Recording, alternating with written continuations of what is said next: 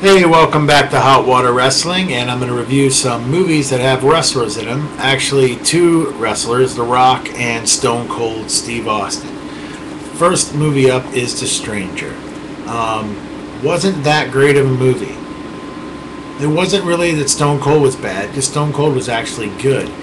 And the script in this film had good parts to it that actually allowed Stone Cold to act and show his range, as his other films really didn't. Now, not that Stone Cold has the range of Leonardo DiCaprio or whatever, but I did think it was interesting the character they created in this film. You're probably distracted by the box. I'm just watching that on the other screen like, wow, this is cool. It does come with this cool holographic box. But anyways, Stone Cold's not the problem in this film. Stone Cold's the best part of this film. What's bad about this film is that it's poorly executed in its filmmaking. Just the editing is not good, the pacing of the film is not good, and it just kind of is an anticlimactic movie that could have been a really good movie. I don't want to ruin it for you, but like the villain of this film, they cast him wrong. The guy who played him was not very good at all. They really needed a way better guy to pull off this villain role in this film. You'll see what I mean if you see the film. I would not buy this movie. I actually got this in another movie, which I'm going to show you, for $9 each, and I still actually regret buying this. I was in a mood that day, and I was like, well, you know, screw it. I hadn't seen either of them. I'd only seen The Condemned. So The Stranger, definitely rent it. If you have not seen any Stone Cold films, get a different one, because the other two are fine. But this movie is poorly executed. Could have been cool. I hope next time they make a better film. The same guys produced Damage. Well, this guy Joseph Nasser, produced these two movies, and he's putting another movie out with Stone Cold. I forget what it's called right now, but that leads me to Damage. I hadn't seen this either. Now, this is far better than The Stranger, and this is a Stone Cold movie that you would expect. It's in your face action the whole time. Stone Cold has some funny one-liners. The pacing and filmmaking in this movie is much better than The Stranger. Now, this guy Jack Nasser is the producer of these films, not the director, so these films have a different director and different cinematographer. So different crews made the film, so that's why Damage is much better. So I hope this other one coming out. This is worth it. I found this in the $5 Walmart bin, of course.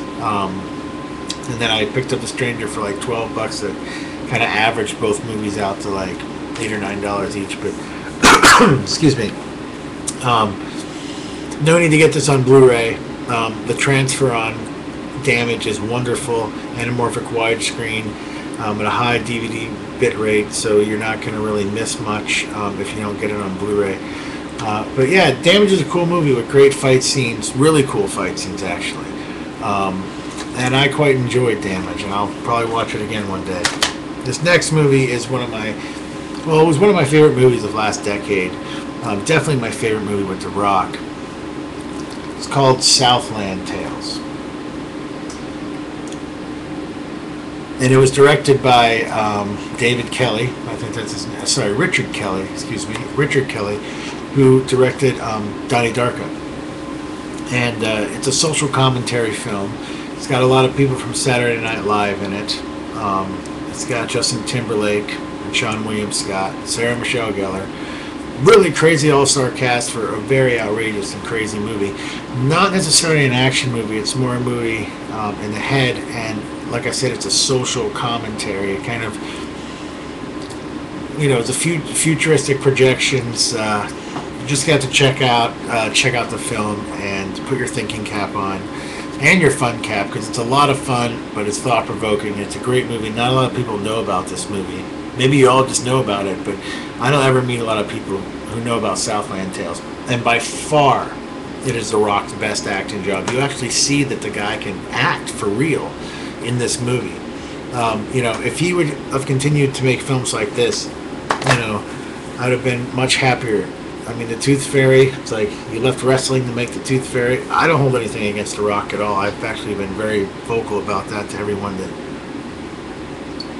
I don't hold anything against a guy for not wanting to get his body beat and smashed every night and get paid a lot of money to make movies.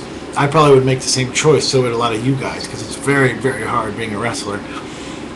But the Tooth Fairy, good grief. I even rented the Tooth Fairy just to see how bad it was. And it was a little better, actually, than I thought it was going to be, but still, at the same time, no. No, no, no, no, no, no.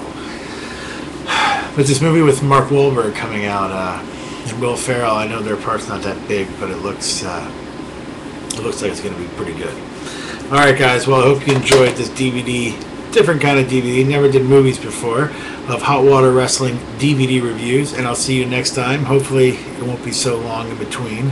See you next time guys, bye.